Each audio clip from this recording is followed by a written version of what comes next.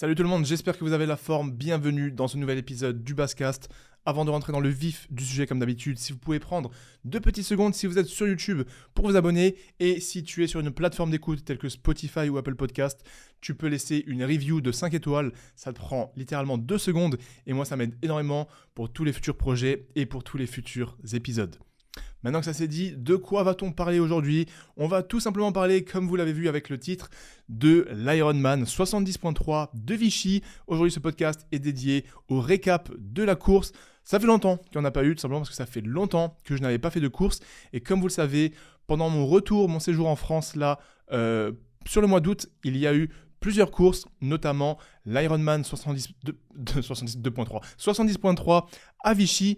Et la vidéo vient de sortir, donc au moment où vous écoutez ce podcast, la vidéo complète est en ligne sur YouTube avec 2 cadreurs. C'était une belle vidéo, on a eu de très belles images, on a bossé fort sur le montage. Elle est assez bien partie, mais j'aurais imaginé un petit peu plus au vu du travail et de l'énergie que j'ai mis dans cette vidéo, avec toutes les voix off, etc. Donc si tu n'en as pas encore vu et que tu souhaites aller voir ça, je peux t'assurer que tu ne seras pas déçu. Et ça risque de fortement te motiver pour tes projets personnels et te motiver pour tes prochaines courses et pourquoi pas même pour te lancer dans cette belle aventure qu'est le triathlon. Et le but de ce podcast d'aujourd'hui, donc, c'est de faire un petit support complémentaire à cette vidéo parce que forcément, le podcast et la vidéo YouTube, c'est vraiment 2 mondes à part entière. Dans la vidéo, vous voyez les images de la course, de la prépa, de la team, le réveil le matin, toutes les transitions, absolument toutes les images de la course de A à Z. Et dans ce podcast, je peux prendre un petit peu plus le temps de vous raconter ce que je n'ai pas le temps de vous raconter dans les voix off de la vidéo YouTube et de rentrer plus en détail de cette course. Comment je me suis senti, comment se sont déroulées chacune des 3 épreuves, natation, vélo, course à pied, mais aussi comment se sont déroulées les 2 transitions, parce qu'il s'est passé une petite dinguerie, notamment sur la transition 2. Et du coup, voilà, c'est tout le but de ce podcast. Donc, je te souhaite déjà une bonne écoute. Je sais que vous êtes super contents que là, ça y est, on a repris le podcast. On est de retour 1 fois par semaine. Pour l'instant, c'est le dimanche matin à 9h que ce podcast sort. Il peut vous accompagner du coup dans votre belle journée du dimanche et surtout pendant vos sorties longues. J'ai eu plusieurs messages, notamment un là encore que j'ai vu aujourd'hui. Je ne sais plus comment il s'appelle, mais il m'a dit « Pitié Baz, sors ton podcast le samedi matin à 9h. Pense à ceux qui font leur sortie longue le samedi. » Donc je vous avoue que j'hésite là un petit peu à décaler la journée de sortie. Est-ce que vous préférez garder le dimanche matin ou est-ce que c'est mieux que je sorte la vidéo le podcast le samedi matin ? Voilà, j'hésite. Si vous écoutez, vous pouvez laisser un commentaire, quelle que soit la plateforme sur laquelle vous êtes. Je vous lirai et je verrai s'il y a des gens qui préfèrent le samedi ou si ça ne change rien. De toute façon, je me dis, si je le sors le dimanche, tu peux simplement rattraper la semaine d'après. Et en fait, tu as juste un épisode de retard, mais ça revient plus ou moins au même. Donc voilà, n'hésitez pas à me dire ce que vous en pensez. Et donc voilà, sinon là, je sors tout juste de chez le coiffeur. Comme vous avez vu, petite coupe aéro pour la prochaine course. Là, je vais avoir une course très bientôt. Ça va être la reprise d'une petite saison, je vous en dis pas plus pour le moment. Et ceux qui sont sur YouTube ou ceux qui ont la vidéo sur Spotify, vous voyez que j'ai commencé à faire enfin mon setup de vidéo, mon setup de podcast.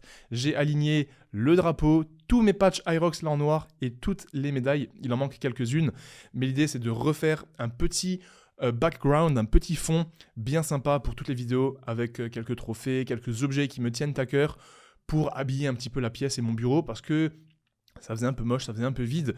Et là, maintenant que je suis déter à 100% sur le contenu, la reprise du podcast et tout, j'avais envie de faire ça bien. Donc, je suis en train d'aménager un beau petit décor en arrière-plan. Voilà. Donc, maintenant que tout ça c'est dit, petite gorgée de café. Et on peut attaquer ce magnifique podcast, a.k.a.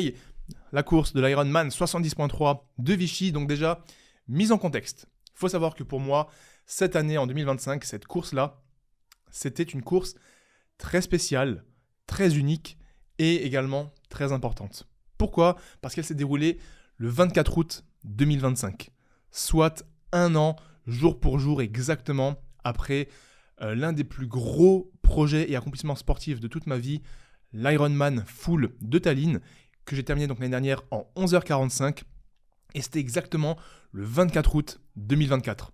Donc 1 an, jour pour jour, je refais le premier triathlon de l'année.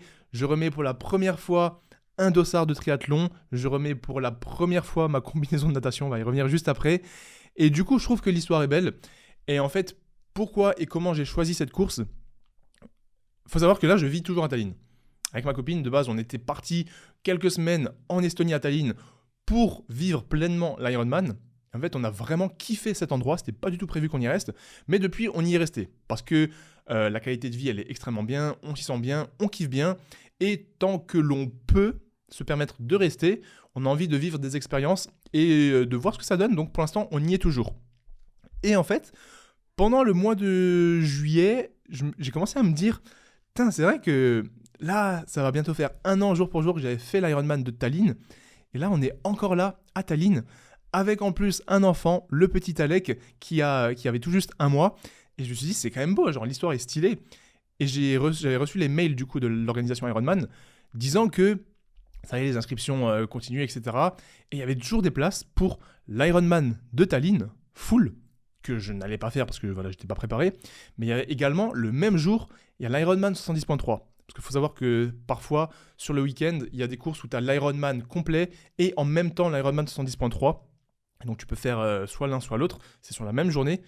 Et donc je me suis dit, mais pourquoi ne pas faire une mini prépa et faire un Ironman 70.3, donc celui de Tallinn, pour dire que voilà, 1 an plus tard, on est toujours ici, dans la même ville, avec un enfant, et je refais plus ou moins ce qui nous a amenés ici, et ça me permettrait d'avoir la médaille de l'Ironman complet et la médaille de l'Ironman 110.3. Donc pour ceux qui ne savent pas, l'Ironman 110.3, c'est simplement les moitiés de distance de l'Ironman.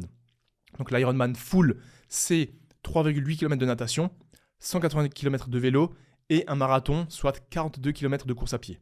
L'Ironman 110.3, c'est donc la moitié, 1,9 km de natation, 90 km de vélo et un semi-marathon, donc 21 km. Et je me dis franchement, ça serait trop beau d'avoir là à la maison en souvenir la médaille Tallinn 2024 complet et l'Ironman 110.3 1 an plus tard. Et donc c'était un petit peu ça, le but, c'était un petit peu ça, l'objectif. Et je vous avoue, ça me hypait. Dans le coin de ma tête, j'étais en mode revivre tout ça, toutes ces émotions, j'y repensais. Et c'est ça qui m'avait motivé à l'idée de refaire, pourquoi pas, un triathlon, et notamment le label Ironman. Parce qu'il faut savoir que l'Ironman, c'est comme Irox, c'est comme CrossFit, c'est un label. C'est pour ça que tu payes relativement cher les dossards, c'est pour ça que tu as des belles médailles, une belle organisation, voilà, on peut dire ce qu'on veut, mais il faut savoir que ça reste une machine à faire de l'argent. Comme tout label comme ça part d'une bonne intention de base, et au final, il y a beaucoup de marketing, beaucoup de sponsors, beaucoup de bruit, beaucoup de monde, et forcément derrière, il y a beaucoup de thunes qui se font.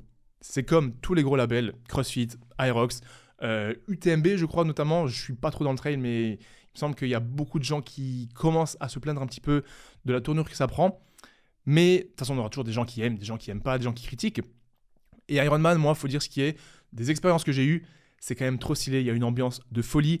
Et quand je repensais à tout ça, parce que j'ai pas envie de faire un débat sur est-ce que c'est stylé ou pas, ça m'a donné envie de m'y remettre. Mais j'ai vu dans les calendriers, on m'a proposé de faire l'Ironman 110.3 de Vichy. J'ai remarqué que ça tombait exactement le même jour, donc les 2 courses c'était le 24 août 2025.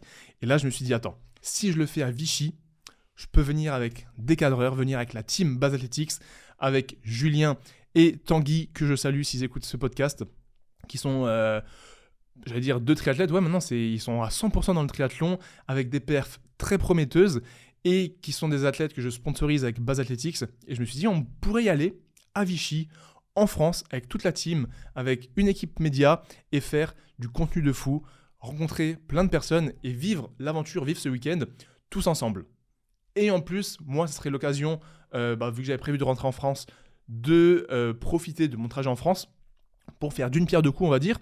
Et surtout, ça aurait été mon tout premier triathlon en France. Et je me suis dit, par rapport à Tallinn, là où je suis tout seul, là où il n'y a pas trop d'ambiance, là où je connais personne, si je viens en France, je sais qu'il y avait beaucoup d'entre vous qui allaient être présents sur place.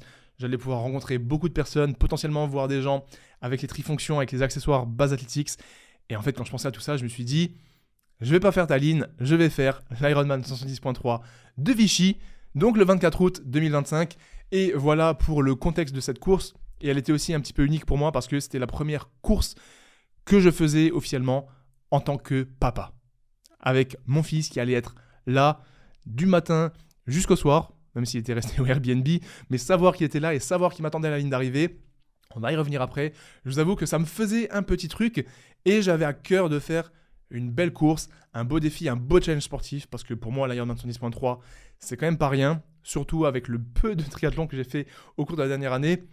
Donc voilà, pour la mise en contexte et le pourquoi du comment de cet Ironman 70.3 de Vichy. Je ne vais pas revenir sur la prépa parce que j'en ai un petit peu parlé dans mes vlogs, vous pouvez retrouver tout ça sur YouTube et j'en ai parlé un petit peu dans un des derniers podcasts. La prépa, elle a été courte, beaucoup trop courte pour être vraiment préparé pour un Ironman 110.3 parce qu'il faut savoir que même si pour l'Ironman Full l'année dernière, j'ai fait une longue prépa de quasiment 1 an, j'ai gardé pas mal de bases, j'ai gardé la course à pied parce que la course à pied, comme vous le savez, j'ai pas du tout arrêté, mais littéralement, j'avais pas retouché le vélo et je n'avais pas nagé une seule fois. Parce que, je le dis, je n'aime pas le vélo et je n'aime pas la natation. Ce sont deux pratiques qui me sortent énormément de ma zone de confort.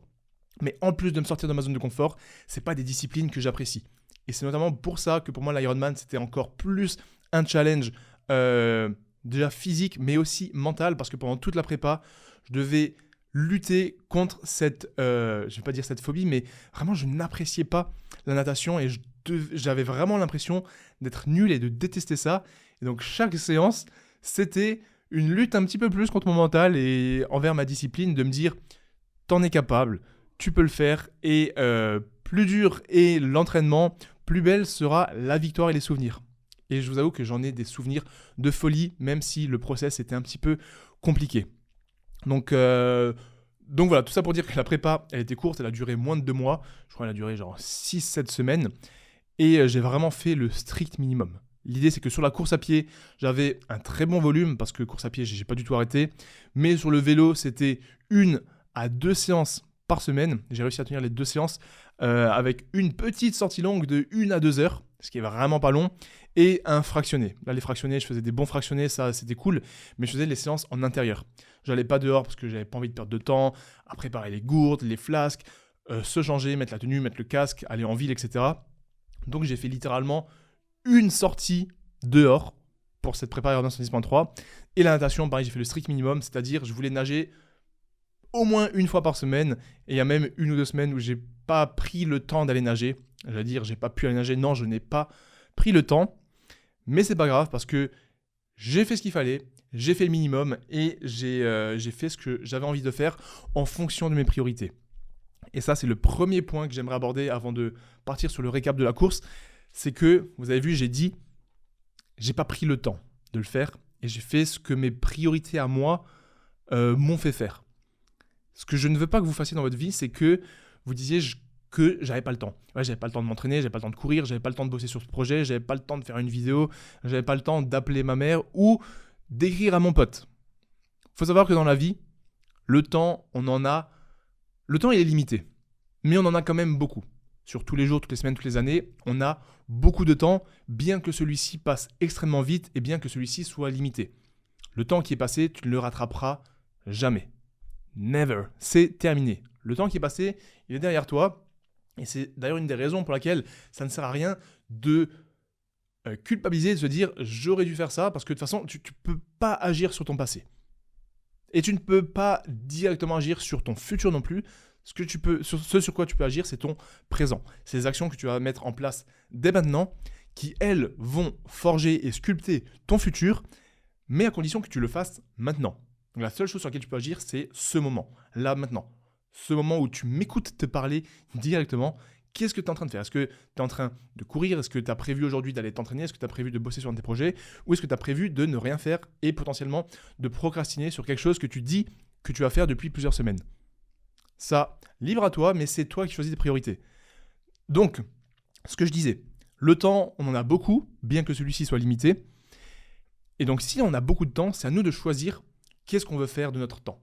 Sur nos 24 heures d'une journée, bien évidemment, tu enlèves les 8 heures de sommeil qui sont essentielles pour être performant dans tous les domaines de la vie. Donc 24 heures, tu enlèves 8 heures, il te reste 16 heures.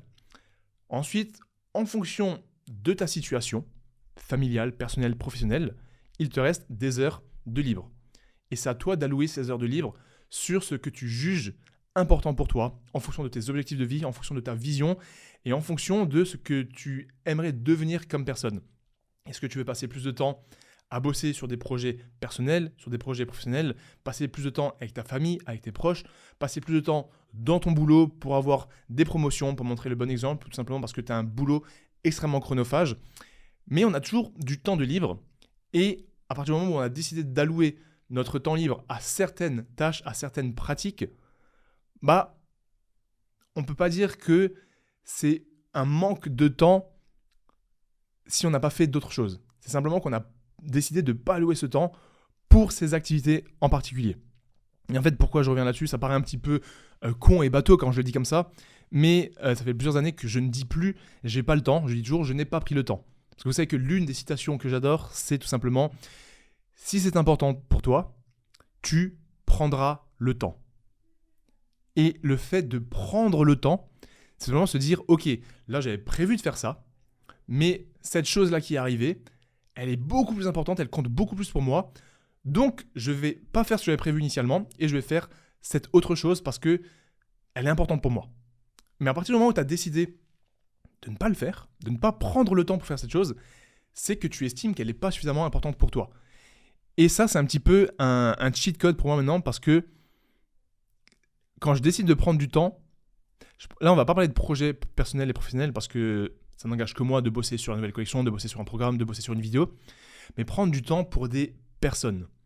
Et je le vois d'autant plus maintenant que mon cercle d'amis devient restreint, que j'ai un fils, que je vis dans un foyer avec ma copine et mon enfant, c'est que le temps que tu vas louer aux personnes, c'est toi qui vas le choisir.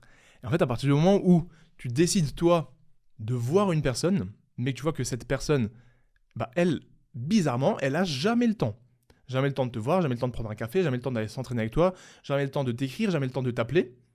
En fait, au fil des semaines, au fil du temps, chaque fois que toi, tu as fait l'effort, mais qu'en face, il n'y a pas de réciprocité, si en face, tu vois que cette personne n'a, entre guillemets, jamais le temps, tu réalises tout simplement que c'est qu'elle ne prend pas le temps. Et là, tu peux facilement voir qui de tes soi-disant proches, de tes soi-disant amis, de ton soi-disant cercle, pour qui est-ce que tu comptes ? Parce que tout simplement, quand on te dit non une fois, deux fois, trois fois, tu réalises qu'en fait, tu comptes pas. Malheureusement, tu n'es pas suffisamment important et donc tu peux facilement faire le tri.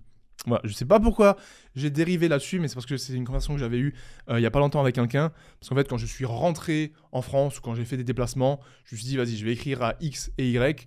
Si première fois, ils ne peuvent pas, deuxième fois, ils ne peuvent pas, troisième fois, ils ne peuvent pas. Alors que je sais clairement que dans une journée, tu as quand même le temps de prendre un petit café d'une demi-heure. En fait, tu dis, c'est terminé, c'est pas grave. On passe à la suite. Voilà, c'était juste une petite parenthèse par rapport à ça. Petite leçon de vie que j'ai apprise moi-même au cours de ces dernières années. Et donc, gardez bien en tête que si c'est important pour toi, tu prendras le temps. Donc ça, c'est pour vous que vous devez penser ça. Mais n'oubliez pas que les autres doivent penser exactement la même chose. Et ça vous permettra de faire un tri assez facilement. Donc voilà, maintenant que ça s'est dit, maintenant que cette belle introduction, que cette belle mise en contexte, elle est faite, on va pouvoir passer au week-end de course de l'Ironman 110.3 de Vichy, à savoir l'arrivée sur les lieux, la veille de la course avec tout le rituel qui va avec, et surtout le jour J, le dimanche, la course. Et on va voir en détail ce qui s'est passé, comment je me suis senti, et mon retour sur l'expérience et ce que vous pouvez apprendre pour votre prochaine course, pour votre prochain Ironman, si c'est le premier que vous allez faire. Je vais essayer de vous donner plein de petits conseils, plein de petites astuces et comment ça se déroule de A à Z sur la natation, les transitions, le vélo et bien évidemment la course à pied jusqu'à la finish line. Je bois ma gorgée de café, on attaque tout de suite avec l'arrivée à Vichy. Du coup, on arrive sur Vichy 48 heures avant, 2 jours avant le départ de la course, histoire d'avoir le temps de s'acclimater, le temps de passer un bon moment avec toute la team, avec ma copine, les cadreurs, etc. Donc on est arrivé le vendredi soir. Je vous avoue que la première impression que j'avais eue de Vichy, j'en ai parlé dans le dernier podcast, donc je ne vais pas revenir là-dessus ici. Je ne m'attendais pas à ça. Je pensais que ça allait être un petit village tranquille, mais visiblement le Airbnb où j'étais, et c'était pas que là où j'étais, c'était un petit peu l'entourage, c'était craignos, mais au max. Carrément une voisine qui est venue nous voir pour nous dire de ne pas laisser les voitures ici, parce que apparemment ça raye, ça vole, ça casse. Il y avait du bruit, des gens qui s'engueulaient dehors, forcément c'était des gens sous alcool, mais je t'avoue que quand tu arrives et que tu t'attends à voir un petit village, C'est pas ce à quoi tu t'attends. Quand ma copine, elle a voulu sortir toute seule pour aller se balader avec le gamin.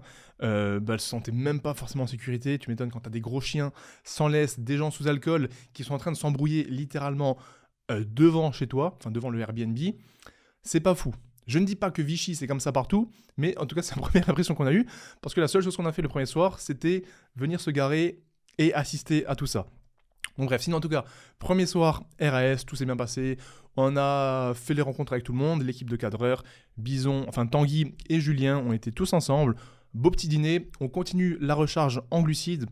Là, deuxième petit conseil pour tous ceux qui préparent des courses, notamment des marathons, des Ironman, des triathlons, etc. La recharge en glucides, c'est un point extrêmement important à ne pas négliger. Ça commence généralement 48 heures à 72 heures avant la course, mais au moins les 48 heures avant la course. Et qu'est-ce que c'est la recharge en glucides? C'est simplement une phase pendant laquelle vous allez manger plus de glucides que d'habitude. L'objectif, c'est de remplir vos stocks de glycogène. Comme vous le savez, les stocks de glycogène, c'est ce qui vous permet d'être performant. Parce que quand vous faites toute une prépa, généralement, on vide nos stocks de glycogène, même si on va les re-remplir avec notre alimentation quotidienne. La recharge en glucides, ça permet vraiment de faire le plein au max. Comme ça, quand vous arrivez le matin de la compétition, vos muscles, vos stocks de glycogène sont remplis et prêts à être performants sur toute la journée. Même s'ils vont se vider rapidement, c'est pour ça qu'on doit manger beaucoup de glucides sur les sports d'endurance.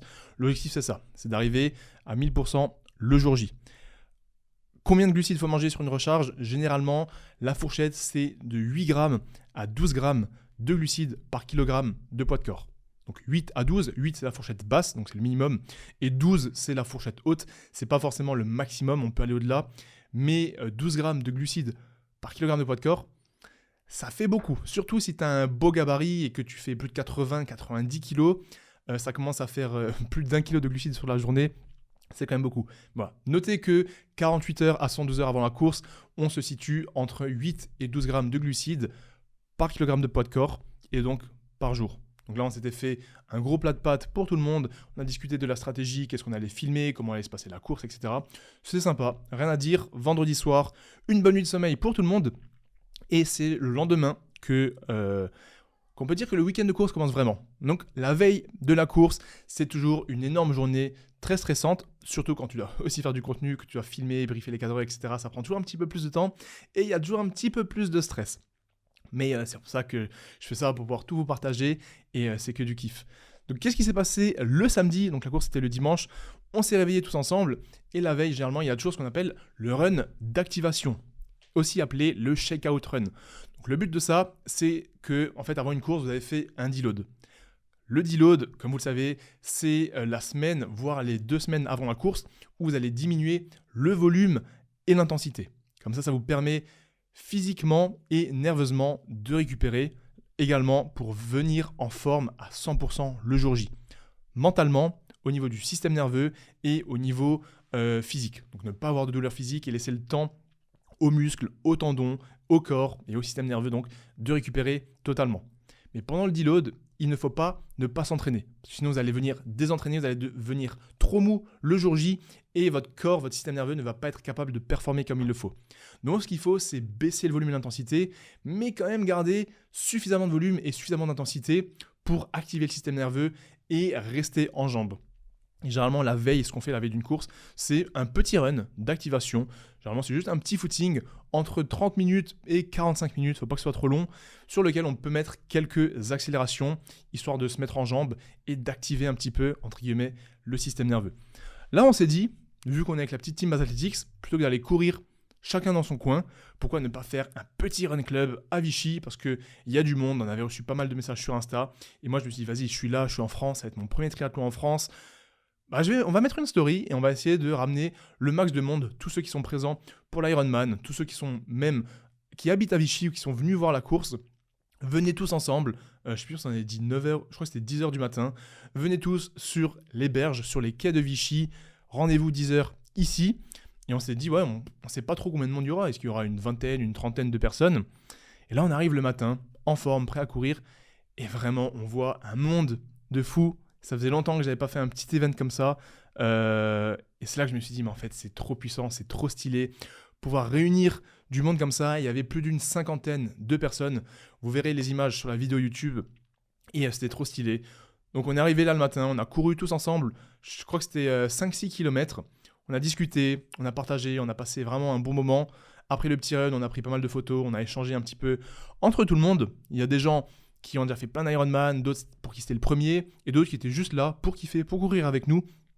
Et là déjà je me suis dit, c'est trop puissant, que juste à travers les réseaux, juste comme ça, on puisse ramener du monde, on puisse créer un groupe, on puisse créer une belle petite communauté. En plus, il y en avait plein qui avaient les t-shirts, les casquettes ou même les flasques Base Athletics. Et ça, franchement, ça me fait tellement plaisir et ça me motive. Ça me motive. Comme j'en ai parlé dans le dernier podcast, je réalise que maintenant, c'est plus juste une simple marque de merch ou juste du t-shirt que je vends comme ça. C'est une véritable marque qui est ancrée, qui soutient la performance, qui soutient des athlètes qui font les championnats du monde Ironman, qui font des temps élites au Aerox, qui font des temps élites en course à pied. Donc vraiment, il y en a pour tout le monde et tous ceux qui souhaitent tout simplement performer en muscu, en Aerox, en course à pied, sur les triathlons. L'idée, c'est de proposer une gamme complète sur notre site qui peut vous accompagner. D'ailleurs, au moment, petite pub, parce que comme vous savez, ce podcast n'est pas du tout sponsorisé. Je finance tout moi-même par mes propres moyens avec la marque de vêtements. Au moment où vous écoutez ce podcast, c'est toujours les French Days jusqu'au mardi 30 septembre. Vous avez 20% sur tout le site, sauf les trifonctions, parce que malheureusement au niveau des marges, on ne peut pas se le permettre. Mais sinon, vous avez 20% sur absolument tout le site avec le code FRENCH20. FRENCH 20 sur tout le site. Donc si vous voulez me soutenir, que ce soit les sacs tactiques, les flasques, toute la gamme running, les casquettes, les hoodies, les ceintures de force, de powerlifting, bref, faites-vous plaisir. Les retours sont gratuits, donc si vous voulez tester, ça ne vous engage en rien. Et voilà, merci infiniment pour la force, merci pour votre soutien. Et tout ça pour dire que le Run Club, c'était trop stylé. Et une fois que c'est terminé, et on avait encore une grosse journée avec le rituel des triathlons, le rituel des Ironman, à savoir se rendre au village Ironman pour voir un petit peu l'ambiance, pour kiffer, pour récupérer le dossard avec le sac, tous les stickers qu'il faut mettre partout, le fameux t-shirt finisher. Et ensuite, il faut également retourner à l'appart pour préparer tous les sacs de transition, pour ensuite aller déposer le vélo là où tu vas récupérer le vélo après la natation et aller déposer tes sacs de transition. Ça, c'est toujours le rituel trop stylé, c'est que Ironman, comme je disais en début de podcast, c'est un label. Donc avant de récupérer ton dossard, ils te font bien passer par tout le shop où tu as des sacs, des t-shirts, tu as plein de trucs. Et tu es obligé de passer par tout le truc pour aller récupérer ton dossard. En plus, les prix, c'est abusé les prix qu'ils te mettent. Mais comme tout le monde est là, tout le monde est euphorique, tout le monde veut des souvenirs, tu as juste des collabs avec le logo Ironman posé dessus. Donc forcément, les prix sont beaucoup plus chers. Et les gens achètent parce que tu te dis « One Life ». C'est pas tous les jours que tu fais des Ironman. Donc voilà, tu passes, tu récupères ton beau petit dossard, tu fais tes petites photos, tu récupères tes sacs de transition. Et ensuite, donc l'objectif, c'est de mettre dans tes sacs de transition toutes les affaires pour la transition 1, de la nage au vélo, et dans le sac de transition 2, donc du vélo à la course à pied, de mettre toutes tes affaires pour que tu puisses le soir, donc la veille, déposer tes sacs de transition dans la zone de transition, ainsi que déposer ton vélo. Là, faites très attention parce qu'il y a des courses sur lesquelles vous pouvez repasser au sac de transition le matin même avant le départ. Donc, si vous avez oublié des choses dans vos sacs de transition, vous pouvez y retourner le matin même. Mais il y a des courses où les zones de transition, elles sont plus loin. Donc, la veille, tu es obligé de poser ton sac. Comme ça, ensuite, ils prennent tous les sacs, ils les emmènent à l'autre transition. Et donc, ça fait que le matin même, surtout pour la zone de transition 2, tu n'as pas accès à ton sac. Donc, si tu oublies, par exemple, tes baskets de run, c'est-à-dire qu'après ton vélo, soit tu cours pieds nus, soit tu cours avec les chaussures à cale, et c'est à toi de choisir. Donc faites très attention, faites bien en sorte que vous êtes organisé, que vous avez vos notes avec tout le matériel à mettre dans les sacs de transition 1 et dans les sacs de transition 2. Donc dans le T1, c'est ce qu'on appelle comme ça, c'est de la natation au vélo, tu as ton casque de vélo, tes lunettes, ton dossard, tes flasques, tes gels. Et dans le sac de transition 2, pour la course à pied, généralement tu as tes baskets de run, potentiellement ta casquette et tes flasques. Parce que tu gardes ta trifonction tout du long. Donc voilà, ça c'est toujours le moment stressant, parce que surtout là, vu que je n'étais pas trop préparé, j'avais pas fait une grosse stratégie comme je l'avais fait pour l'Ironman de l'année dernière. Donc j'étais un petit peu dans le flou, un petit peu dans le rush, dans le stress. J'avais l'impression d'avoir oublié plein de trucs. Heureusement qu'il y avait Julien et Tanguy avec moi. J'étais là en mode gros, ça c'est maintenant, ça t'es sûr qu'on peut, etc. Donc bref, ensuite tu déposes ton vélo et tu retournes à l'appart, tu retournes chez toi, tranquille, et t'attends juste le lendemain matin. Et là, c'est le moment un petit peu unique où ça y est, t'as déposé tes sacs de transition, t'as ton petit bracelet que tu vas mettre à la cheville pour traquer ton temps, t'as tout déposé, t'as plus qu'à continuer de manger pour ta recharge en glucides. T'as le stress qui commence à monter, et le stress vraiment il monte quand t'es dans le village Ironman. Tu vois les logos, tu vois le monde, tu vois les vélos, tu récupères ton dossard. C'est vraiment là que cette pression, cette adrénaline elle monte, et c'est vraiment un petit peu un moment suspendu dans le temps parce que t'as l'impression que le monde est arrêté et que tout est focus sur cette course, sur ton Ironman. Alors que pas du tout, hein. 99% des gens savent même pas que ça existe, que cette course-là. Mais voilà, c'est vraiment un petit moment à part, et moi je kiffe bien. Donc on a fait tout ça, et ensuite le soir on s'est retrouvés à nouveau tous ensemble pour continuer cette recharge en glucides. De nouveau, gros plat de pâtes avec les cadreurs, les athlètes, ma copine, le petit Alec qui nous a suivis sur toute la journée. Et là c'était un petit peu spécial pour moi d'être dans ce village Ironman, récupérer mon dossard avec ma copine et mon fils qui me suivaient parce que ça me hypait de ouf, et j'étais en mode malgré tout ça, je continue de sortir de ma zone de confort, je continue de me mettre des gros challenges. Et ça me pousse à vouloir montrer encore plus l'exemple pour mon fils, pour quand il va grandir. Et c'est les premiers souvenirs que je commence à construire avec lui. Et c'est trop beau, et j'ai hâte d'en refaire encore plus, que ce soit sur de la course à pied, sur des ultras, sur des marathons, sur des Hyrox, sur des triathlons. Qui sait, la vie est encore longue, je l'espère. Donc voilà, le samedi se termine, on va tous se coucher. Il faut faire une grosse nuit de sommeil. Mais comme vous le savez, réveil de course, surtout les Ironman, généralement, c'est aux alentours des 4h, 4h30 du matin. Donc on essaye de se coucher le plus tôt possible. Le petit Alec nous a fait une nuit de folie, et il n'a pas pleuré du tout parce que j'avais peur qu'il réveille tout le monde et que tout le monde soit un petit peu en PLS le matin. Mais voilà, tout le monde a bien dormi. Et là, le réveil, le jour J, jour de course, réveil 4h du matin pour toute la team. On se retrouve dans le salon. Petit café pour tout le monde, histoire de se mettre en jambes. Et moi d'ailleurs, je bois ma petite gorgée. Et on attaque tout de suite le jour J de la course. Du coup, le matin de la course, comme dit, on se réveille très tôt. Et déjà, là, c'est un mood à part. Les matins de course comme ça, si vous m'écoutez et que vous avez déjà fait des Ironman ou ce type de course-là, même les marathons, même si ça part un petit peu plus tard les marathons, les matins, c'est vraiment un univers à part. Déjà, il est tellement tôt que ton corps, il comprend pas trop ce qui se passe. Et en plus de ça, tu t'apprêtes à faire un truc de fou, un truc qui te fait peur, un truc sur lequel tu as beaucoup d'adrénaline. Et du coup, tout ça combiné, ça fait que c'est vraiment un moment, un peu comme je l'ai dit la veille, c'est un peu un moment suspendu dans le temps. Et tu comprends pas trop. Et c'est tellement tôt le matin que quand tu termines cette énorme journée, sur laquelle tu as fait un Ironman, ou un Ironman sur 10.3 ou un marathon, peu importe, et que tu te remémores le matin, tu te dis mais c'est pas possible que c'était ce matin.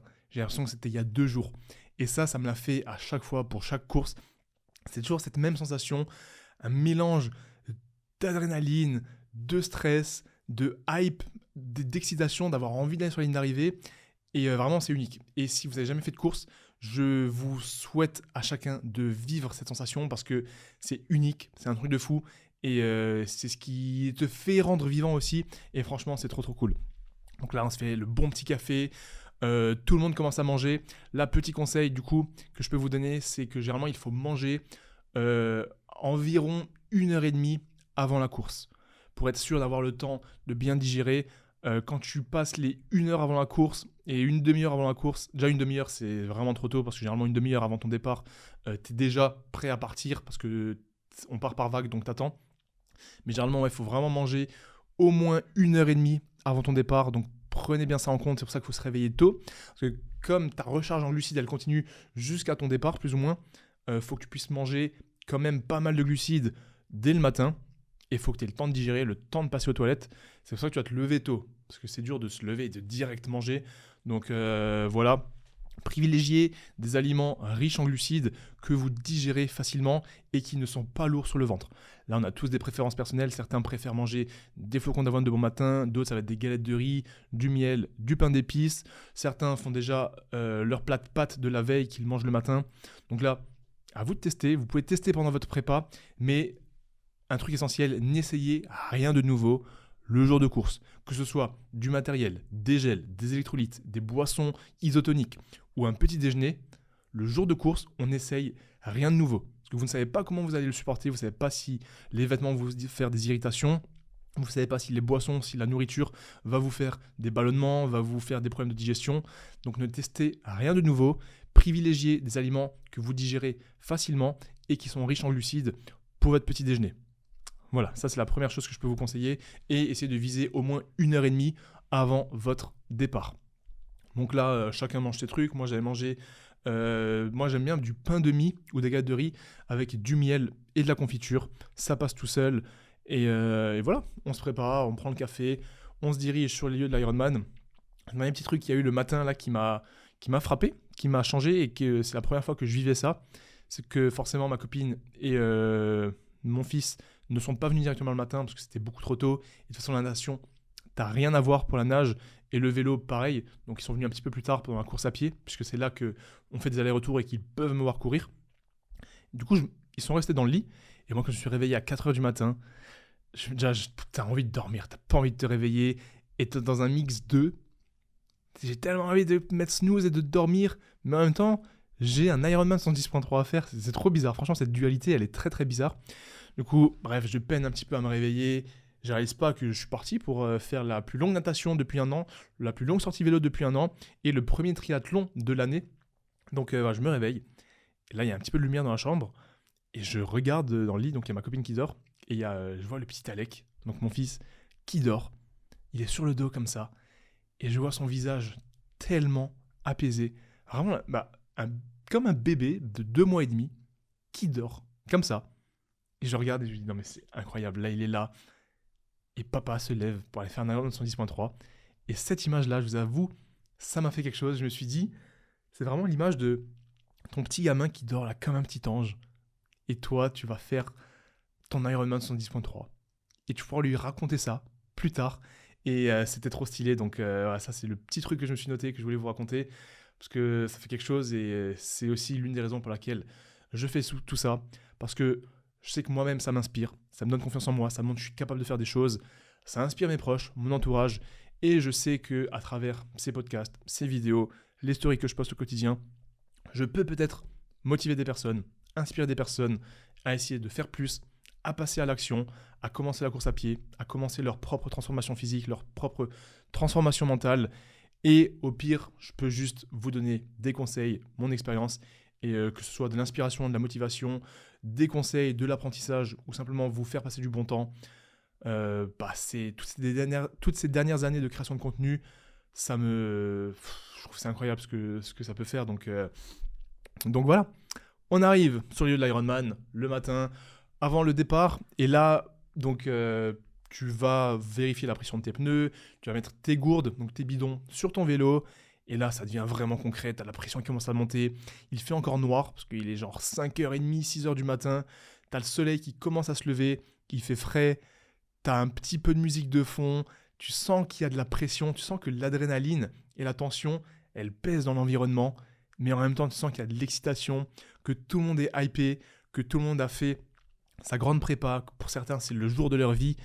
Et tout ça mélangé, ça te donne des sensations de malade et c'est pour ça que je fais ce type de course, c'est pour ça que je fais ce type de challenge parce que au-delà de la performance, au-delà de l'impact mental que ça peut avoir, du dépassement de soi, du dépassement de ses limites, ça crée des souvenirs incroyables qui sont vraiment propres au sport, propres au triathlon, propres au sport d'endurance et je l'ai retrouvé nulle part ailleurs. Et c'est là que tu vois à quel point le sport, ça peut te créer des émotions, des liens, des choses puissantes. Et c'est beaucoup trop stylé. Donc voilà, on se rend sur le départ, natation, 1,9 km. Je mets pour la première fois depuis un an ma combinaison de natation. Je vous avoue que je ne l'avais pas enfilée. Limite, je me suis dit, mais attends, imagine si ça se trouve, je sais pas, entre-temps, elle s'est percée, elle s'est rétrécie, il y a un problème. Parce que je ne l'ai littéralement pas mise une seule fois. Donc là, je mets ma combi, tant bien que mal, j'arrive à l'enfiler. Et je me dis, putain, j'avais oublié à quel point tu étais compressé là-dedans. Très important, conseil que je peux vous donner, mettez de la crème, de la vaseline. Vaseline, c'est vraiment top. Dans votre nuque et tout autour de votre nuque, parce que lorsque vous faites du crawl et que vous déplacez votre tête pour respirer, que ce soit à gauche ou à droite, votre combinaison peut vous créer des irritations. Et quand on part sur un 1,9 km ou plus, vous pouvez le sentir et ça peut vraiment faire mal, créer des brûlures, des irritations. Et c'est pas ce qu'on veut. Franchement, ça peut vraiment être un enfer. Donc mettez pas mal de vaseline partout où vous pensez que vous pouvez avoir des irritations. Que ce soit l'entrejambe, au niveau des tétons, au niveau des aisselles, au niveau de la nuque. C'est avant la nage que ça se met et que ça se prépare. Donc vraiment, pensez-y. Donc je mets la combi, je mets le bonnet, on se met tous sur la ligne. Là, tu commences à voir la musique, tu commences à voir les pros qui partent déjà. Et tu avances petit à petit jusqu'à ce que ce soit ton tour. Tu attends, tu as la pression qui monte, tu as l'adrénaline qui monte de plus en plus. Tu as peur. Et là, j'avais vraiment peur plus. Parce qu'en fait, ce qu'il y a, c'est que sur ce triathlon, ce que j'ai appréhendé le plus, c'était la natation. Et ce que j'ai appréhendé le moins, c'était ensuite le vélo et encore moins la course à pied.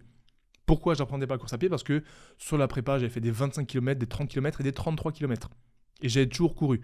Et je me suis dit, vas-y, un petit semi-marathon, même si ça devient dur, au pire, je me mets à une allure tranquille, et je boucle les 21 km. Mais il faut savoir que ce qui s'est quasiment le mieux passé au final, c'était la natation. Et ce qui s'est le moins bien passé, c'était le vélo et la course à pied. Donc, je me prépare, ligne de départ. On partait sur un petit ponton et il fallait sauter dans l'eau. Déjà là, je m'étais dit, avant, je voyais les gens, il y en a qui sautent tout droit, il y en a qui plongent. Je me suis dit, attends, est-ce que je saute, est-ce que je saute droit ou est-ce que je plonge ? Est-ce que je saute droit ou est-ce que je plonge ? Si je saute droit, je perds un petit peu de temps parce qu'après, je dois me mettre en avant et commencer à nager. Mais si je plonge, à tout moment, mes lunettes, elles s'enlèvent. Et je me dis, imagine, dès le départ, tu plonges, tes lunettes, elles s'enlèvent. Ça te met un gros coup au moral dès le début. Au final, qu'est-ce que j'ai fait ? Spoiler, j'ai plongé. Mes lunettes ne se sont pas enlevées. Après, j'ai pas fait un plongeon de compétition non plus, vous verrez sur la vidéo. Mais pendant tout ce départ, t'attends. C'est long. Tu penses à tout et à rien en même temps. C'est un moment unique. T'as tout le monde qui est là pour la même raison. Aller au bout de cette course. Aller au bout de ses limites, aller au bout de soi-même. Se prouver quelque chose à soi-même, à des proches. Peu importe que ça soit une motivation interne, externe, on est tous là pour une raison et on est surtout tous là pour aller au bout de la ligne d'arrivée sur le même parcours. Vraiment, on est tous dans le même bateau. Et petit à petit, t'avances. Et là, je vous assure, je regardais la caméra, mais j'avais tellement peur parce qu'il faut savoir que dans l'eau, je ne suis pas du tout à l'aise depuis le début. Je vous l'ai déjà dit, prépa Ironman et tout, c'était un enfer de nager. C'était un véritable calvaire. Et en plus, je suis nul en natation. Et là, le truc, c'est que en un an, j'avais littéralement nagé, je sais même pas, c'était 5 fois ou 4 fois pendant cette prépa. Et c'est vraiment rien. En plus, les nages que j'ai fait, elles n'ont jamais dépassé les 1,5 km. Et en fait, je me suis vraiment dit, mais imagine, en fait, j'arrive pas à nager correctement. Mais d'un autre côté, je me suis dit, c'est que 1,9 km. C'est-à-dire que ça va te prendre maximum, même si t'es lent, ça va te prendre 55 minutes, 1 heure. C'est-à-dire que tu vas faire la première 20 minutes, ça passe, et après, il te reste une petite demi-heure. Donc j'étais vraiment mitigé, j'ai cette dualité de me dire, t'as fait un Ironman, t'as fait des 4 km de natation, là, c'est même pas la moitié, c'est juste 1,9 km. Mais d'un autre côté, j'étais en mode, je déteste la natation, j'aime pas nager, j'ai jamais remis la combinaison, j'ai quasiment pas nagé, il y a du monde. Et du coup, c'est ça qui te fait peur. En plus, j'avais peur que l'eau soit froide. Et la dernière fois que j'ai nagé avec de l'eau froide, en fait, ça me coupe ma respiration. Et l'année dernière, j'ai fait le triathlon de Genève. J'avais fait un podcast à ce sujet, si vous voulez aller l'écouter. Et vraiment, ça m'avait coupé. C'était un des trucs qui m'a fait le plus peur parce que vraiment, j'étais en panique, j'arrivais pas à respirer. J'ai dû m'arrêter sur les bateaux plusieurs fois pendant la natation. C'était impossible de nager jusqu'à ce que je retrouve enfin mon souffle. Et j'avais peur que j'ai de nouveau ça à Vichy parce que j'ai pas pu toucher la température de l'eau et je ne savais pas du tout à quoi m'attendre. Et d'un truc qui me faisait un petit peu peur, c'est que vu que j'avais pas remis la combi, j'avais peur que sur les mouvements de crawl, pendant la nage, j'ai un problème, que ce soit au niveau du cou, au niveau des épaules, au niveau de la mobilité de mes mouvements. Mais voilà, plein de petites incertitudes, de petites appréhensions qui font que j'étais absolument pas serein sur la natation. Donc j'arrive enfin à mon départ, on saute les uns après les autres par vague, je crois que c'était par vague de 5 ou 6. Je plonge, le chrono est lancé et mon Ironman 110.3 peut officiellement commencer. Le parcours de natation, il était plutôt sympathique. Déjà, il faut savoir que j'ai fait mes recherches, on nage dans la rivière Allier, qui est le principal affluent de la Loire. Voilà, pour ceux qui ne savaient pas, les quais, là, l'eau qui passe au milieu de Vichy, c'est la rivière Allier, principal affluent de la Loire. Merci Bazou Géographie. Du coup, le parcours, il était assez simple. On saute tout droit. Là, on avait une grande ligne droite pour aller jusqu'au bout. On faisait à peu près, je crois, 900 mètres, parce que c'était plus ou moins la moitié. Ensuite, demi-tour, et tu reviens. Voilà. Simple, tu peux pas te tromper, t'as pas à regarder trop de fois devant, voir si t'es dans le bon chemin. T'as juste à aller tout droit, jusqu'à la grosse bouée qui était tout au fond. Et je peux t'assurer qu'elle paraissait extrêmement loin. Tu fais demi-tour, et tu rentres. Voilà. Je m'étais dit, t'as juste à faire ça. On commence, déjà je plonge, je vois que l'eau, je sais pas si elle était sale ou si c'est simplement l'eau de la rivière qui est comme ça, mais tu ne voyais rien. Elle était verte. Déjà, quand je mettais la tête dans l'eau, c'était vert. Je voyais même pas mes mains, donc tu voyais rien. Là où à Tallinn, c'est dans la mer elle était propre et c'était pas profond du tout en plus, donc tu voyais le sable. Et moi, j'aime pas quand je nage et que je vois pas parce que t'as pas trop de repères et du coup t'es un petit peu perdu. Donc déjà, ça c'est le premier truc qui m'avait un petit peu surpris, mais c'est pas dérangeant. Et ce que j'ai fait, c'est déjà, je me suis mis tout à gauche pour être tout seul. Carrément, à un moment, j'étais tellement excentré par rapport au chemin, enfin par rapport à la ligne, qu'il y a un des bateaux de sécurité qui m'a dit retourne vers le milieu, quoi.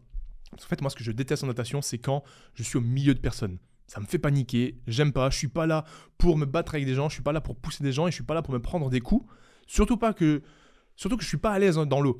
Donc ce que j'ai fait pour l'Ironman 110.3 de Krejgau l'année dernière à Genève et pour mon Ironman de Tallinn aussi, et là donc j'ai refait la même chose, c'est que je me mets soit complètement à gauche, soit complètement à droite, comme ça je laisse la foule au milieu nager entre eux, moi je me mets sur les extrémités et je nage tout seul, pépère dans mon coin, et ça a servi parce que tout du long, j'ai pas touché une seule personne. Vraiment, véridique. Ni devant, ni derrière, personne ne m'a touché. C'était vraiment cool. Donc je commence à nager, j'ai mon rythme, et là je me dis, putain, en fait, je me sens plutôt pas mal, et avec la combinaison, c'est cool, tout va bien, et pourvu que ça dure. Je nage, je vois une bouée, et je vois la bouée, je vois écrit, je sais plus si c'était 400 mètres ou 500 mètres, et je me dis, mais comment ça, j'ai fait genre seulement ça, et j'essaie qu'il me reste la moitié avant de pouvoir faire demi-tour. Donc je continue, là je vois enfin la bouée du demi-tour, donc je me dis, ça y est, t'as juste à continuer cette ligne droite, et tu la vois la bouée, et dès que t'arrives, tu peux faire demi-tour. Donc je nage, je lève la tête, la bouée se rapproche, je continue, et je vous avoue que là c'est long, et en fait je sais même pas à quoi penser. Mais au moins tout se passe bien. Et quand j'arrive à la bouée, en fait je vois que c'est pas la bouée du demi-tour, et qu'elle est encore plus loin, et que j'avais encore genre 200 mètres à faire. Et là j'ai eu un petit coup au moral, parce que je pensais vraiment que, vu que j'avais des pensées qui allaient à droite à gauche dans ma tête, je pensais que le temps était passé beaucoup plus vite et que j'avais quasiment fini la natation. Et là, je vois qu'en fait, elle est encore au moins à 200 mètres. Et je me dis, en fait, c'est long.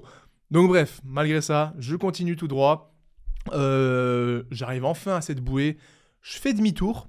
Et là, le soleil est en train de se lever. Et sur le demi-tour, moi, je respire à droite. Le soleil, il était de ce côté. C'est-à-dire que sur tout le retour, j'avais le soleil dans les yeux, là où je tournais la tête. Et là, c'est un gros conseil que je peux vous donner pour ceux qui préparent des triathlons. Si vous n'êtes pas au courant, apprenez vraiment à nager et à respirer des deux côtés. Quand vous faites votre crawl, apprenez à respirer à droite et apprenez à respirer à gauche. Chacun ses techniques de course. Moi, je sais que je fais mon crawl, je respire que à droite. Même si j'avais appris à respirer des deux côtés, je respire quand même que à droite. Et même si j'ai le soleil dans les yeux, je respire quand même qu'à droite parce que, je sais pas, je suis tellement plus à l'aise comme ça. Mais vraiment, conseil que je peux vous donner, apprenez à respirer des deux côtés parce que vous savez jamais ce qui peut vous arriver. Ça peut être du soleil, ça peut être des problèmes d'un côté. Bref, faut que vous soyez capable de respirer des deux côtés. Et pareil, il faut que vous soyez capable de faire plusieurs nages. Le crawl, la brasse et potentiellement nager sur le dos. Comme ça, si jamais vous avez un problème, des crampes, que vous devez vous reposer ou souffler, vous pouvez faire de la brasse, vous pouvez faire du dos. Et donc c'est vraiment important d'avoir plusieurs cordes à son arc sur la natation. Donc voilà, RAS sur le retour, tout se passe bien, c'est un petit peu long, mais franchement, je touche personne, j'ai mon rythme, j'ai pas de problème de souffle, j'ai pas de problème de crampes et j'ai pas de problème musculaire au niveau des épaules. Juste, je sens au niveau de mon grand dorsal et de l'épaule que ça commence à brûler un peu parce que je suis littéralement en train de faire la nage la plus longue depuis 1 an. Voilà, 1,9 km. Et j'arrive tant bien que mal au bout, avec le soleil dans les yeux. Et là, je me dis, enfin, le truc que j'appréhendais, c'est terminé. Et moi, dans ma tête, une fois que je fais la natation, sur les 3 autres triathlons que j'ai fait, une fois que j'ai fini la natation, c'est bon, j'ai terminé mon triathlon. J'ai plus qu'à monter sur le vélo, faire ma petite sortie vélo tranquille, et ensuite j'ai plus qu'à boucler la course à pied. Vraiment, c'est à ce point-là que la natation, je déteste. Donc je termine la natation, je termine en exactement 43 minutes et 0,3 secondes, soit une allure moyenne de 2 minutes 16 au 100 mètres. Et franchement, je suis super satisfait de ce temps, parce que 43 minutes, l'année dernière sur 70.3, j'avais fait 41 minutes 42 secondes, donc même pas 2 minutes d'écart, sachant que j'ai quasiment pas nagé. Et ça montre bien qu'en fait, toute la grosse prépa Ironman que j'ai fait, ça m'a fait acquérir des bonnes bases que j'ai pu et que je peux conserver. C'est juste que de temps en temps, je m'y remette pour pas perdre complètement. Mais la technique était bonne, pas de problème de souffle, pas de problème musculaire, et je trouve que c'est trop stylé. C'est comme la course à pied, pouvoir me dire que je suis capable de courir n'importe quand, 50 km sans pause, je trouve que c'est incroyable. Et là, pareil, me dire que je suis capable de faire 2-3 km de natation, moi qui de base déteste ça, et qui de base est une quiche en natation, ça fait trop plaisir de me dire ça. Et donc ça, c'est un petit apprentissage personnel que j'ai eu et que j'aimerais vous partager, c'est que quand vous vous faites violence, quand vous restez régulier, discipliné, et que vous faites le travail sur plusieurs semaines, plusieurs mois, et au final sur plusieurs années, bah en fait, plus vous tenez votre régularité, plus vous tenez votre discipline, et plus vous êtes présent chaque jour, bah plus votre effet composé va être gros. Plus votre boule de neige, elle va s'accumuler et elle va devenir grosse. Et en fait, plus votre effet cumulé est gros, plus vous allez avoir des bases solides. Et ça vaut dans tous les domaines de la vie. Ça peut être vos connaissances, vos compétences sportives, vos compétences je sais pas comment on dit, vos compétences... vous m'avez compris, vos compétences tout court. Et c'est pour ça que c'est important de bosser sur vous chaque jour. Même quand vous n'avez pas envie. Bien évidemment, il faut prendre des jours de repos, etc. Mais plus vous allez travailler sur vous, plus vous-même, vous allez être fort dans plein d'aspects de la vie et plus vous aurez confiance en vous et ce sera ce fameux cercle vertueux. Donc voilà, incroyable, je termine la natation en 43 minutes et j'attaque cette fameuse transition 1. Je cours, elle était un petit peu longue, je cours mouillé, je galère à enlever ma combinaison, c'était marrant. Et là, je commence à voir qu'il y a plein de gens qui sont là pour m'encourager, qui me reconnaissent. J'entendais « Allez Bazou, allez Bazinga !» C'est exceptionnel, franchement, ça me drive dès le début. Je pense au petit Alec qui est sûrement en train de dormir encore. Je cours jusqu'à mon vélo, j'enlève la combinaison, je galère à mettre mes chaussettes parce que j'avais les pieds mouillés et la zone de transition c'était dans l'herbe. Du coup, j'avais de la terre et de l'herbe qui me collaient. Heureusement que j'avais une serviette, très important, mettez une serviette dans votre sac de transition 1, comme ça vous pouvez vous sécher les pieds et mettre vos chaussettes plus facilement pour le vélo. Il y en a plein qui ne mettent pas de chaussettes sur le vélo, surtout les pros. Moi, je mets des chaussettes. Donc voilà, je galère un petit peu avec mes chaussettes, j'étais mouillé. Il y avait mon cadreur qui me filme, mais j'étais vraiment là, en mode bonne humeur. La natation, c'est fini. Je suis là pour kiffer cette course. Et c'est ce que je faisais. J'étais là, genre la caméra, j'étais en mode let's go, on est bien là. Donc je me change. J'avais la belle trifonction orange qui vient de sortir, qui est dispo sur notre site. Toute nouvelle. C'est la première fois que du coup les gens la voyaient parce que en dessous, enfin avant j'avais la combinaison par-dessus. Je mets le casque à vélo, je mets les lunettes, chaussures, chaussettes, je mets le dossard, je chope mon vélo et on est parti sur la partie numéro 2 de la course, les 90 km de vélo. Du coup, j'attaque le vélo et je suis parti sur la plus longue sortie, pareil depuis 1 an, puisque je n'avais jamais fait de grosses sorties. Et on est parti sur 90 km. Je ne connaissais absolument pas le parcours. On m'a dit qu'il y avait quelques montées, mais ce qu'on ne m'avait pas dit, c'est qu'il y allait avoir un col, littéralement, et qu'au final, il y allait avoir beaucoup de montées, et des montées assez dures. Et le problème, c'est que quand tu n'es pas forcément préparé, quand c'est du plat, à la limite, ça passe, mais quand tu as mon gabarit, que tu es lourd, et qu'en plus tu as des montées, je peux t'assurer que je les ai subies comme il le faut, et c'était dur, hein. Je crois que j'ai eu quasiment... j'ai pas envie de me tromper, mais je crois 1300 de dénivelé, à peu près 1200, 1300, avec de belles petites montées. C'était un petit peu frustrant, et surtout c'était dur physiquement et mentalement. Pourquoi physiquement ? Tout simplement parce que je me sentais lourd sur les montées, j'avais mal aux jambes, j'avais beaucoup de fourmis dans les pieds, mais je voulais pas m'arrêter. Donc voilà, sur la moitié de la course quasiment, j'avais des fourmis dans les pieds, c'était horrible, comme si mes chaussures elles étaient compressées. J'avais mal aux jambes, il faisait chaud, il y avait du soleil, moi j'ai chaud très facilement. Et bref, je subissais chaque montée. Chaque montée était plus dure que celle qui précédait. Au niveau mental, je trouvais que c'était très très long. En fait, tu sais que c'est long quand tu regardes souvent ta montre. Et généralement, quand ça passe bien, et même les dernières courses, je regardais pas souvent ma montre. Là, je voyais que je regardais souvent ma montre. Et chaque fois que je regardais ma montre, je me disais, oh non, seulement. Oh non, comment ça fait 5 minutes. Genre le temps, il y avait une demi-heure, mais en fait sur la montre, il y avait écrit que 5 minutes de différence. Et c'est là que tu sais que le temps passe doucement et que ça va être très long. Donc voilà, pour le vélo, pas grand chose à dire, à part que j'ai croisé pas mal de gens sur le parcours, des gens que moi-même j'ai dépassé, mais surtout beaucoup de gens qui m'ont dépassé, et des gens qui me reconnaissaient, qui m'encourageaient. Et j'ai surtout croisé pas mal de gens avec les trifonctions full black ou black and white, tandis que moi j'avais la trifonction orange. Et à chaque fois que je voyais quelqu'un, je redoublais d'efforts, je gardais la tête haute et je me disais, mec, le slogan c'est Made for Performance. T'as des mecs qui sont là, qui te soutiennent directement ou indirectement, qui ont ta marque de vêtements, qui ont ce fameux slogan. Et let's go, gros, let's go. T'es là, tu montres l'exemple, faut faire le taf. Et du coup, je m'accroche. Je m'accroche tant bien que mal. Je dépasse beaucoup de monde sur le plat et dans les descentes. Mais dès qu'il y a une montée, gros cochon que je suis, lourd comme je suis, je galère malgré que je sois sur le petit plateau. Bref, c'est un enfer. Et voilà, tant bien que mal, j'arrive au bout. Et petite mention, à un moment, je sais pas s'il écoute ce podcast, je vois un mec qui a une trifonction noire et blanche. Et je passe à côté de lui, je fais stylé la trifonction. Et il me répond ah ouais. Il tourne la tête. Et il retourne la tête et il me fait oh putain, c'est toi à base, let's go. Et du coup, il accélère et il se remet à mon niveau. Et du coup, j'ai pas mal échangé avec pas mal de monde. Et c'était trop bien. C'est la première fois que ça m'arrive. Et bref, c'était beaucoup trop stylé. Donc tant bien que mal, malgré les montées, les descentes, etc., j'arrive au bout. Là, l'idée, petit conseil au niveau de l'hydratation et des électrolytes, enfin plutôt des glucides, vous devez avoir généralement soit de l'eau et une boisson isotonique, potentiellement donc des glucides et des électrolytes, soit vous êtes full boisson, glucides et électrolytes, mais c'est bien de temps en temps de couper avec de l'eau. Moi, je sais que j'ai pas forcément besoin d'eau, donc je préfère être full glucides, full électrolytes. Et au niveau des quantités, on conseille généralement 60 à 80 grammes de glucides par heure. Voilà, sous forme de gel, bar, banane, boisson avec des glucides, 60 à 80 grammes de glucides par heure. Vous pouvez aller un petit peu au-dessus de ça, mais pareil, il faut le tester en entraînement. Faites pas toute une prépa à 60 grammes de glucides et le jour J, vous vous envoyez 90 grammes de glucides par heure, parce que peut-être que vous n'allez pas bien le digérer, peut-être que ça va vous faire des problèmes d'estomac. Donc vraiment, testez à l'entraînement, testez chez vous, mais on conseille généralement 60 à 80 grammes de glucides par heure pour le vélo et la course à pied.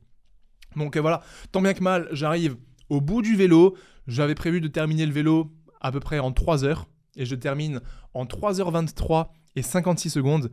Donc j'étais quand même assez lent malgré les montées et malgré les difficultés.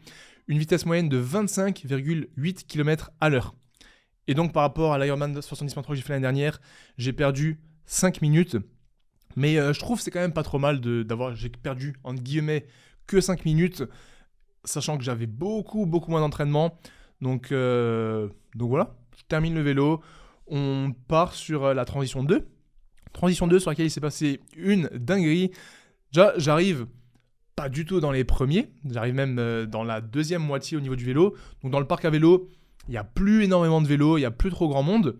Et il faut savoir qu'il y a des règles que tu dois respecter. C'est-à-dire que tu dois descendre de ton vélo avant la ligne de transition et tu dois enlever ton casque une fois que tu as posé le vélo. Donc, je descends de mon vélo, je cours à côté de mon vélo, et vraiment, j'arrive au niveau de mon vélo, au niveau de la place où je dois poser mon vélo. Et là, j'enlève la jugulaire, le truc du casque que tu fermes sous ton menton. Ça s'appelle la jugulaire. Du coup, je vois que je suis à quelques mètres de là où je vais poser le vélo, donc je commence à enlever ma jugulaire, et là, je vois un monsieur qui arrive, comme ça, il arrive, et il me met un carton jaune. Et il me dit, vous avez enlevé votre jugulaire avant de poser le vélo. En plus, c'est filmé, vous pouvez le voir dans la vidéo, c'est vraiment marrant. Je regarde la caméra, je dis non mais c'est ridicule, mais ça c'est marrant pour la vidéo. Et en fait, j'ai même pas eu le seum parce que de une, c'est les règles, donc c'est mon problème. À un moment, tu respectes les standards, tu respectes les règles et tu dois être conscient et au courant des règles. C'est comme la loi. Nul ne doit ignorer la loi. Sauf que je savais que tu devais pas enlever le casque. Et j'ai pas enlevé le casque, je l'ai gardé. Et de deux, j'ai gardé la jugulaire littéralement tout le long que j'ai couru. Jusqu'à un moment, tu vois, j'arrive vraiment. Je crois que j'étais peut-être à 5-10 mètres de là où j'allais poser le vélo. Donc j'enlève la jugulaire. Je me suis pas dit que vas-y, c'est une faute. Hein. Du coup, le mec, il arrive, il me met un carton jaune, il me dit, ça fait 30 secondes de pénalité. Et là, je dis, non, mais 30 secondes. Et en fait, ça, c'est juste pour rebondir là-dessus, c'est que quand tu te manges des pénalités, en tant qu'amateur, tu vises zéro classement, tu vises zéro qualif, tu vises zéro podium, t'es juste là pour ton kiff, et on te met une pénalité de 30 secondes, t'as envie de dire, mec, je peux même prendre 10 minutes si tu veux, ça va absolument rien changer. Donc voilà, j'attends comme ça, 30 secondes debout, et là je vois le mec, il a pas de chronomètre, il a pas de montre, il a rien. Du coup je dis, mais vous comptez là? Il me fait un signe, genre, il tape sa tête avec son doigt, genre en mode il compte dans la tête. Et je dis, non mais tu comptes rien du tout, t'es en train de me parler, tu peux pas compter en même temps. Donc bref, c'était assez marrant, je me suis mangé ma première pénalité, mon premier carton jaune. Et voilà. Donc transition 2, j'arrive, jambes extrêmement lourdes, extrêmement en coton, parce que je viens de faire la plus longue sortie de ma vie avec le plus gros dénivelé. Je pose le vélo, course à pied, j'enlève les chaussures, je mets les baskets de run, je fais un petit pipi. Moi, à chaque fois, je m'arrête pour pisser, j'aime bien, ça me fait du bien. Et tout y est, je me prends mes flasques, je mets ma casquette, et on est parti pour la dernière étape de cet Ironman 106.3, le semi-marathon, 21 km de course à pied. Donc pour le semi-marathon, les 21 km, j'avais pas spécialement d'objectif en termes de temps. Comme dit, la course à pied, c'est vraiment quelque chose que j'ai pas arrêté pendant un an. Au contraire, c'est quelque chose sur lequel j'ai bien travaillé depuis un an, avec la prépa Aerox, etc. Donc je me suis dit, vas-y, fais au feeling, essaye quand même de chercher tes limites pour que tu sois fier de l'arrivée. Tu vois, pas que tu te dises, j'aurais pu faire beaucoup mieux, etc. Donc je pars, juste après le vélo, et là, déjà, j'ai mes jambes qui sont trop bizarres. C'est vraiment quand tu fais beaucoup de vélo, 90 km, one shot comme ça, sans descendre, t'as les jambes qui tournent un petit peu tout seul. Du coup, même si t'as les jambes lourdes et que t'as mal aux jambes, mal au cul, en fait, sur les premiers kilomètres, ou du moins les premières minutes de course à pied, tu déroules assez vite parce qu'en fait, c'est comme si tu contrôlais pas tes jambes. C'est comme si ça partait tout seul et c'est limite, t'arrives pas à freiner. Et c'est ce qui m'est arrivé, c'est que je suis parti très bien, même beaucoup trop bien, parce que j'étais à 4,45 au kilomètre dès le départ. Et c'est vraiment pas l'allure que j'aurais dû tenir sur le semi-marathon. Donc du coup, je suis parti un petit peu trop vite. Parce que comme vous savez, l'idée, c'est de réussir à lisser l'effort. Ça sert à rien de partir trop vite et d'exploser. Donc je vois que je suis à 4,45, ce qui est beaucoup trop rapide. Mais je me sens bien. Mais je vois que c'est rapide, donc je me dis, vas-y, essaye de freiner un peu. Donc, je ralentis, je regarde ma montre, je vois 4,45, je ralentis, je vois 4,50. Et en fait, j'arrivais pas trop à ralentir. Je sais pas si c'était l'adrénaline, la hype, les gens qui m'encourageaient, qui me gueulaient dessus, allez, bazou, etc. Mais j'avais du mal à ralentir sur le début. Mais au final, j'ai retrouvé un rythme un petit peu plus lent. Et tout allait bien. Je me sens bien mentalement, physiquement. Je suis chaud, je suis hypé. Il fait beau. Le parcours le long des quais, il est très très stylé. Et il fait chaud. Il fait chaud aussi. Et ça, je vais le subir un petit peu plus tard. Donc là, je tiens. Je pars bien. Et jusqu'au drame. Jusqu'au drame. Vers le 5e kilomètre, plus ou moins, a commencé la descente aux enfers. C'est un mot fort que j'utilise là. Mais c'est là que ça a commencé à être très dur. Très, très, très dur physiquement. Et forcément, quand c'est dur physiquement, ça devient dur mentalement. Et je commence à ralentir. Je commence à ralentir de plus en plus jusqu'à arriver à un 5,45, 5,50 au kilomètre. Et je sens que j'ai un énorme coup de barre. J'ai chaud. Et en fait, j'ai quand même bu. J'ai quand même pris mes électrolytes. Et donc en fait, je ne peux pas faire grand chose de plus.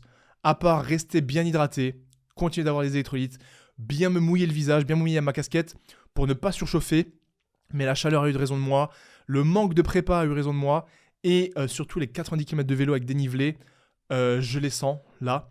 Et du coup, entre le 5e et le 8-9e kilomètre, je crois plus ou moins, donc ça fait quoi? Ça fait, on va dire, à peu près 4 km à 6. Ouais, j'ai passé une bonne vingtaine de minutes dans le rouge. Vraiment, au fond du trou. Je ralentis et j'ai même marché. Chose que je ne fais jamais pendant les courses. Même, généralement, je préfère vraiment ralentir, mais là, je me suis dit, je suis obligé de marcher un petit peu pour pouvoir relancer la machine.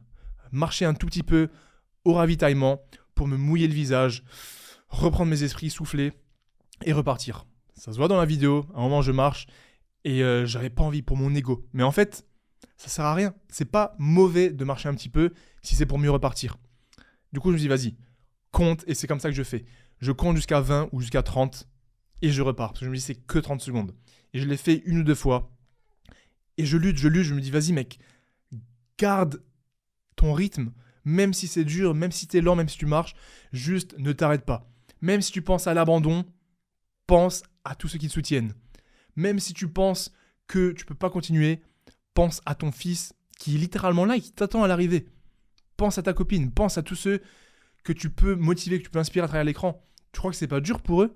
Pense à ton équipe qui ont déjà terminé, qui sont déjà devant toi. Tu crois que eux, ils n'ont pas subi, ils n'ont pas la même chaleur que toi, le même soleil. Et en fait, avoir toutes ces pensées, ça me fait continuer. Et surtout, je sais que malgré la difficulté, malgré ce coup de mou, malgré ce passage à vide, il y a toujours le fameux second souffle. Qu'est-ce que c'est ce second souffle? C'est quelque chose que j'aimerais partager avec vous et que vous devez noter et que vous devez garder en tête pour tous vos prochains moments difficiles. Que ce soit pendant des courses, pendant des entraînements ou même dans certains domaines de la vie. Quand il y a un moment extrêmement difficile, mais là on parle surtout dans le sport, où ça devient très dur physiquement, mentalement, où t'as plus d'énergie, t'es KO, t'as l'impression que c'est terminé et t'es au bord de l'abandon. Tu auras toujours, écoute bien ce que je te dis, je répète, tu auras toujours un second souffle qui va venir. Ce second souffle, c'est quoi? C'est tout simplement ton esprit, ton système nerveux, ton système musculaire qui reprend le dessus, qui reprend contrôle et t'es reparti. T'es reparti des plus belles. Il faut juste réussir à garder la tête haute, à garder la motivation pendant ce passage à vide. Je les ai connus pendant les prépa Ironman. Je les ai connus pendant le marathon des sables. C'était l'ultramarathon dans le désert. Je l'ai connu pendant l'Ironman de Tallinn, plus ou moins. Je l'ai connu pendant des Hyrox. Je l'ai connu de nombreuses fois, ce passage à vide où t'as plus d'énergie, t'as plus de mental, t'as plus le moral, t'as plus la motivation, t'as juste envie de t'arrêter et de ne rien faire. Mais toutes les fois où ça m'est arrivé, j'ai gardé la tête haute. Je me suis rappelé de pourquoi je faisais ça. Je me suis rappelé du pacte que j'ai avec moi-même, de l'inspiration et de la motivation et de l'exemple que je veux donner à mes proches, à mon fils, à vous-même. Et ça m'a permis de tenir malgré ces coups de mou. Et derrière, la machine a toujours été relancée. Parce que le second souffle arrive toujours et il arrivera toujours. Que ça prenne 2 minutes, 5 minutes, 10 minutes, voire même parfois une demi-heure, il faut juste s'accrocher. Se rappeler de pourquoi on est là, pourquoi on fait ça, qu'est-ce qu'on est venu chercher. Et je vous assure que ça va se relancer, le second souffle arrivera, et derrière vous serez d'autant plus fiers d'avoir vécu ce moment. Parce que c'est ces moments-là qui te forgent, c'est là que tu vois tes limites, et c'est là que tu vois que t'es pas quelqu'un qui abandonne. T'es quelqu'un qui, malgré la difficulté, tu gardes la tête haute, tu restes en mouvement, tu marches, tu restes déter, et t'y vas. Tu fais le taf jusqu'au bout. Donc forcément, ce fameux second souffle est arrivé vers le 8-9e kilomètre, plus ou moins. J'ai plus les chiffres exacts. Et ensuite, j'ai retrouvé mon rythme. Je me suis mis sur du 5-15 au kilomètre, 5-15, 5-20, jusqu'au bout. J'étais de nouveau bien motivé, les jambes tournaient. J'étais vraiment un métronome parce que mon allure, elle ne bougeait plus. Je croise des gens en trifonction base athletics, des gens qui m'encouragent. Il y a même un mec qui avait une pancarte base athletics avec le logo. Big up à toi, mec, si t'écoutes ce podcast. On a même parlé après la course, c'était incroyable. Et avec tout ça, toute mon équipe, tous mes proches, ma copine, mon fils, vous qui motivez, j'étais obligé d'aller jusqu'au bout, et jusqu'à voir cette magnifique ligne d'arrivée. D'ailleurs, je repensais là, je viens de penser à un moment où je courais, pareil, il y a un gars, il criait, ils étaient toujours au même endroit, au même virage, parce que c'était un aller-retour, donc je suis passé 4 fois, à chaque fois, ils criaient comme des fous. À un moment, ils ont crié, je sais plus ce qu'ils ont dit, mais genre c'était en mode base, c'est toi le plus stock, on a regardé tout le monde. Et c'est plein de petits trucs qui me motivent. Du coup, bref, tant bien que mal, je m'hydrate, je me mouille le visage, je me mouille la casquette, très important. Il faut différencier l'hydratation et la surchauffe de votre corps. Si vous buvez des électrolytes, des glucides et que vous buvez de l'eau, c'est très bien pour l'hydratation. Mais si votre tête surchauffe à cause de la chaleur, à cause du soleil, faut vous mouiller le visage. Balancez-vous des verres d'eau dans la tête, sur le crâne, mouillez votre casquette. Parfois sur les courses où il fait très chaud, il y a des glaçons. Mettez des glaçons dans votre trifonction, mettez des glaçons sur votre casquette, ça fait vraiment du bien. Donc voilà, tant bien que mal, j'arrive au bout, je vois l'arche d'arrivée, je cours, je pense à ma petite famille qui m'attend sur la ligne d'arrivée, je pense à mon équipe qui m'attend aussi. Je franchis la ligne d'arrivée, je regarde la caméra, je fais la petite signature, le petit salto arrière. Je me suis dit, je savais pas si j'allais avoir les jambes ou pas, parce que vraiment, j'étais quand même bien KO. J'arrive au bout, je regarde la caméra, je dis let's go, c'est pas tous les jours qu'on peut faire ça. Je fais un salto arrière, je me pète pas la gueule, ça se passe bien. Et je termine cet Ironman 110.3 de Vichy en 6 heures, 8 minutes et 55 secondes. 6 heures, 8 minutes et 55 secondes qui m'ont encore une fois appris plein de leçons, qui m'ont montré quelles sont certaines de mes limites, qui m'ont montré que les limites, on peut toujours les atteindre, déjà s'en rapprocher, ensuite les atteindre et ensuite les dépasser. Et plus de 6 heures d'effort qui m'ont vraiment renforcé, je pense, un petit peu plus mentalement, physiquement, qui m'ont rapporté des souvenirs. L'année dernière, donc en Allemagne, mon premier 70.3, j'avais fait 5h59. Là, je fais 6h08. Donc, j'avais exactement 9 minutes d'écart entre les deux. Donc, je suis quand même content de la petite différence de perf, malgré la grosse différence de prépa. Et voilà. C'est comme ça que c'est bouclé, cette magnifique course. Tout est en image dans la vidéo YouTube. C'était la première course en team base athletics. On avait tous les trois la même trifonction orange. D'ailleurs, là maintenant, elle est lancée en 100 exemplaires, pas une de plus. Il y a déjà plus de la moitié qui est partie.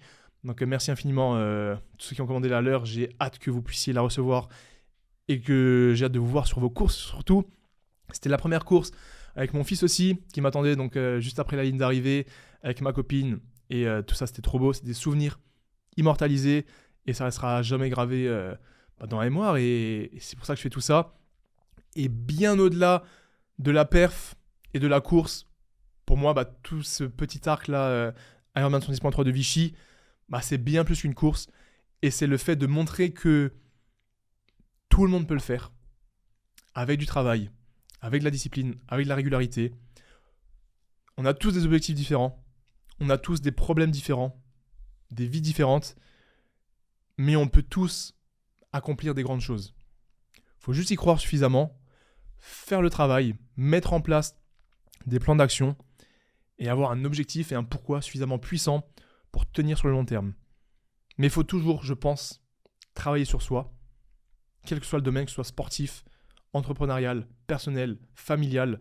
Il faut toujours bosser sur soi, essayer d'en faire un petit peu plus et de devenir un petit peu meilleur pour déjà soi-même être en paix avec soi-même en faisant des bonnes choses, être aligné avec sa vision et ensuite donner l'exemple aux autres, à ses proches, à sa famille pour qu'eux-mêmes aient envie de faire de même. Et ensuite, tous ensemble, on se tire vers le haut. Et c'est ça que je veux montrer à travers ce type de course, ce type de format, ce type de contenu et tout ce que je crée à travers les podcasts, YouTube, la marque de vêtements, les coachings, pouvoir prétendre vous motiver, vous élever à devenir une meilleure personne. Je prétends pas pouvoir vous faire devenir une meilleure personne, mais je prétends juste pouvoir vous faire partager mon expérience, mon savoir en tant qu'athlète, coach, kiné, entrepreneur. Et vous prenez ce qui est de bon à prendre. Et si ça peut vous motiver à aller dans le droit chemin, moi j'ai tout gagné. Et voilà, tout ça c'est pour montrer l'exemple à moi-même, à mon fils, à vous aussi. Mais bien évidemment, je ne suis absolument personne. Il y a des gens qui montrent l'exemple bien mieux que moi, sans même faire un seul contenu. Des gens qui sont beaucoup plus âgés, beaucoup plus jeunes, avec des chronos de fou, des entreprises de fou, qui ne sont pas sur des podcasts, qui ne sont pas sur les réseaux, mais qui malgré tout ça, font le taf, tous les jours, tout le temps. Et moi je les vois, ça m'inspire également. Et voilà, juste moi j'ai décidé de le mettre en image, en vidéo et en parole. Donc voilà, c'est là qu'on conclut cette vidéo. En tout cas, l'Ironman 110.3 de Vichy, que ce soit les partages, les rencontres, les échanges, tous les gens qui étaient là sur place. D'ailleurs, si toi t'étais là, que tu as fait la course, un grand bravo.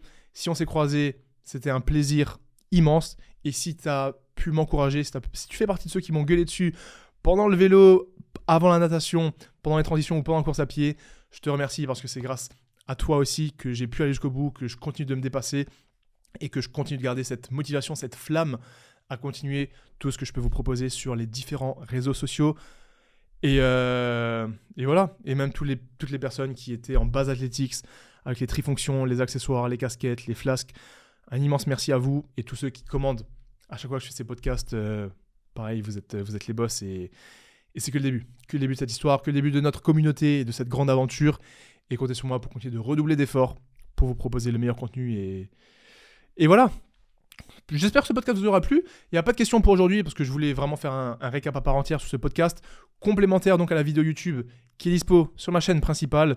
À partir de la semaine prochaine, on reprend les podcasts avec les questions. Donc si tu as des questions telles qu'elles soient sur le business, l'entrepreneuriat, le sport, les Irox, les triathlons, les Ironman, la nutrition, le développement perso, toutes les questions sur lesquelles tu veux que je te réponde ou que j'aborde dans les futurs épisodes, pose-les-moi, quelle que soit la plateforme, YouTube, Spotify. Et n'oubliez pas de t'abonner et de mettre une review de 5 étoiles pour me soutenir. Voilà, merci à vous pour votre confiance, merci pour votre temps.